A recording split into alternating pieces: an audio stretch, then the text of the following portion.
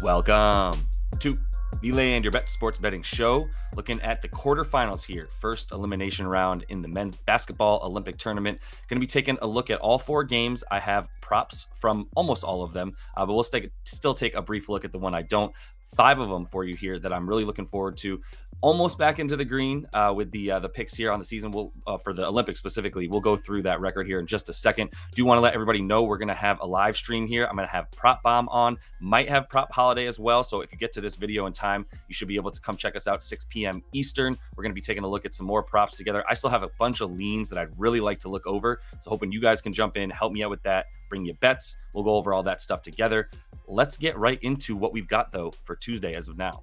Quick reminder about the Discord. Link is in the description of the video. I'm putting all the bets up there first before I get to these videos and putting some write-ups in there for you so you can see that stuff in written form if that's what you prefer when you're looking at the reasons for why I'm betting what I'm betting. But for those of you who are still interested in the videos, obviously going to keep going with those. So let's get right into it.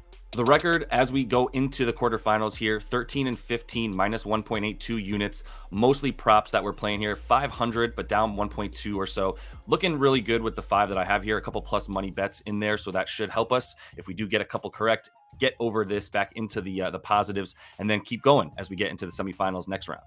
First bet is a buy low spot for Shai Gilgeous-Alexander. Shout out to my guy Kareem, who I was going over this stuff with earlier because that was really helpful, as he pointed out that this is probably a good spot to take Shai with only 5.5 assists. This number has been as high as 7.5 in the tournament and 6.5 for the most part, at the very least, throughout the first 3 games here.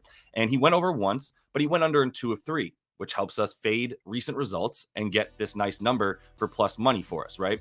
And then you get the matchup. That adds to this here, where he's going to be going up against the combination of Wemby and Rudy Gobert, as we know, right? Consistently, at least one of them on the floor, if not both of them.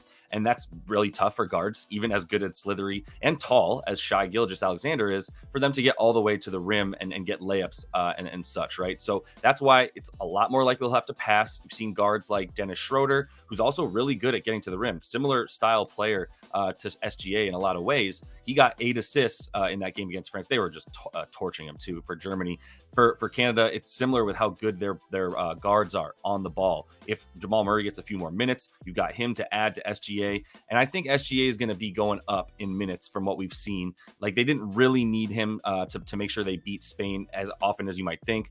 He did play under 30 minutes in 2 of these 3 first games, yet still getting over. So give him another 5 minutes in like a 40-minute game here. I think he should be good to make sure that he gets the 6 and get us a nice plus 104 with the full unit.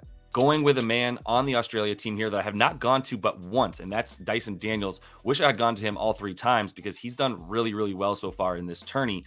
And I'm eyeing the rebounds, but if you don't have BetMGM, other books are probably listing this at 5.5, in which case I kind of like the points and rebounds combined. If you can get that at about 15.5 for Dyson Daniels, he should be getting some spot up opportunities against Serbia. They do allow a good amount of catch and shoot, and that's how he gets the bulk of his threes. It's also why he shot a really high percentage, because he is getting good looks off of the catch and shoot or in transition, where he's getting a lot of points because he's the main dude that's sort of leaking out for guys like Josh Giddey to find on the long passes, and Jock Landale. And that's why he's had some success scoring, but he's shot a really high percentage, and I really don't want to have to bank on him continuing to shoot 55 to 60% from the field in order to get the points. But the rebounds give us the biggest disparity, especially if you can get them at 4.5. The biggest edge, I should say. He's at about 6.3 boards per game now in the first 3, going over in all 3 of this. And when he goes, when the Aussies go small, which they do really consistently, they take Dante Exum, they put him in for Nick Kay, and now you've got like 4 guards. You got Giddey, Exum, you've got Dyson Daniels here, and then Jock Landale, and then Patty Mills. So that's 4 guards on Jock Landale. Granted, Dyson's 6'7", Josh Giddey's like 6'8" or whatever he is these days. And so they're still a good sized team, but he's really necessary to get on the boards, even more so than I would say a guy like Dante Exum. First bet on Giannis in the tournament, and we're going under strictly on the boards here. 9.5 rebounds against this German squad. It's minus 130. You can take under 8.5 for much better juice. I believe it's about plus 130 or plus 125 for the under 8.5 rebounds for Giannis. And I don't hate that either, to be honest. He's only gotten more than 8.5 boards once now in this calendar year playing with Greece. And granted, like he didn't play that many minutes except for the 3 games that he played in the actual group stage. In those games, though, he still went under in 2 of the 3, and he averaged 7.5 boards per game, not even close, right, to the 10 that he would need. Now, he's going up against Germany, who has 2 centers that they're starting in Voigtman and Tice. Then they bring on Mo Wagner. They've got a ton of size. They've got Franz Wagner handling the ball alongside Dennis Schroeder. They're a really, really good team. And I wish I had bought in a little bit more to the fact that they were going to be the second best team in this tournament. Them or probably Canada. We'll see what happens. But most importantly, I do think they're good to win this one. They should be a bit more of an under in this game. Greece loves to slow it down, keep things in the 135 to 150 range in terms of the total on the game. So this is probably a good under, to be honest, in the first place. It has the lowest total of any of these games, which does mean more rebounds as well, right? You see a lot more opportunities for boards when you've got missed shots going up. So I like that with Giannis. Then the last thing I'll say is his matchup. I do see him guarding Franz. And on the other end, maybe not being guarded by Franz, but when he's on offense, he's going to be taking the bulk of the shots, which means he's not in the best position to get the boards. Plus, then you've got him guarding Franz, and Franz is also taking a ton of shots alongside Dennis Schroeder, taking the most on the team. So that's going to mean he's once again not necessarily in the best position for rebounds when he's guarding the guy either driving to the rim or pulling up, right? So that's why I really like Giannis to go under the 9.5 boards in this one. Something he's done really consistently this year. We'll still see him get about the 35 minutes max or so. He hasn't even played 35 yet, but might see him get up to that if this game is close. I don't expect it to be. I still think it's going to be a double-digit win. Back in the Australia game here, I do like Jock Landale against this Serbian squad here, and I'll give you some reasoning. Over 12.5 points. It is going up. I might just be like going back to the well one too many times, but this man has hit every game and has been playing like an absolute madman. Now, he has not faced the likes of Nikola Jokic at all in this tournament. That's obvious. We all know that. He played a couple of teams that actually are pretty weak down low when it comes to rebounding, including Spain and Canada.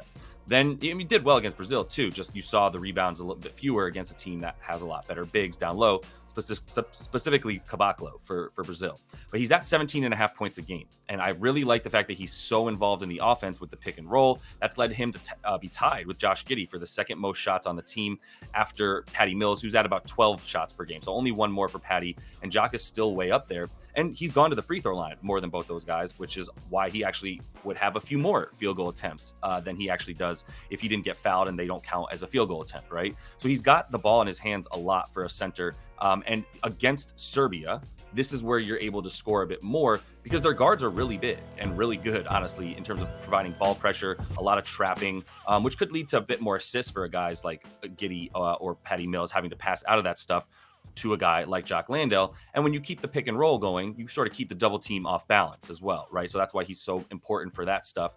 I just love his involvement. Now, I will say the thing that scares me about this bet is I don't think he's going over in the boards. I actually prefer under on like 8.5 rebounds for Jock in this game. It's just that scares me with the points from the standpoint that he's gotten a good amount of second chance points, a lot of offensive rebounds that Landale has sort of captured throughout this tournament so far.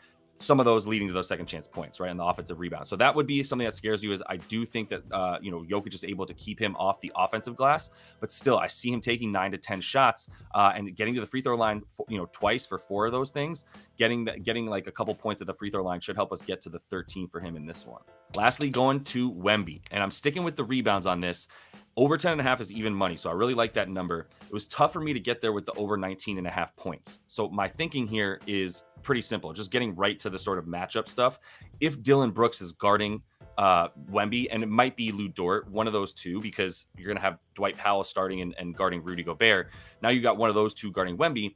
Makes it harder for him to put it on the floor, right, at that point. So that's why I don't really love the points quite as much, because even though he can sort of reach up and get those boards over the smaller guys that are going to be guarding him, because Canada plays really small, that would be good for the boards, but I don't know what happens once he gets that board, wherever he is on the floor. He should have a high likelihood of being able to just dunk it and put it right back if he's close to the rim. But sometimes he'll be getting those boards from out further away. I still like him to get those more than being able to just put it right back up or getting long rebounds and then having to, put the ball on the floor. He doesn't have much of a post game, but he is a very good rebounder. He's now gotten over this number twice. The only time he didn't was versus Brazil, another really good rebounding team. But Canada is pretty much the worst rebounding team on the defensive boards because of the fact that they're so bad down low. Like it's looking at Kelly Olynyk, Dwight Powell. Might see some Kem Birch in this game as well, but I know they don't want to play him more than they have to. So that's going to be a problem when it comes to getting these rebounds for anybody on this Canada team and really keeping Wemby off of the boards. Rudy Gobert is probably a good play too at 7.5, but I love the fact that he's gone under so consistently with Wemby. Wemby's really dominated the rebounding stats when he plays in the same game as Rudy Gobert. So we're going to take him to get over his boards for plus money in the group stage, the first quarterfinal game, I should say. That is all the time that I have for you guys. One more quick reminder to go ahead and jump into the live stream today, 6 p.m. Eastern. Gonna have this video up just in time to get that notice out to a couple of you. Be putting on Twitter and everything. Gonna have some really great guests and going over some of that stuff together. Discord is live. If you want the link, jump into the description of the video. Get that right there. Jump in for free and get all the picks and everything we're looking at early as well to make sure you get the same numbers. So until I see y'all next, happy betting.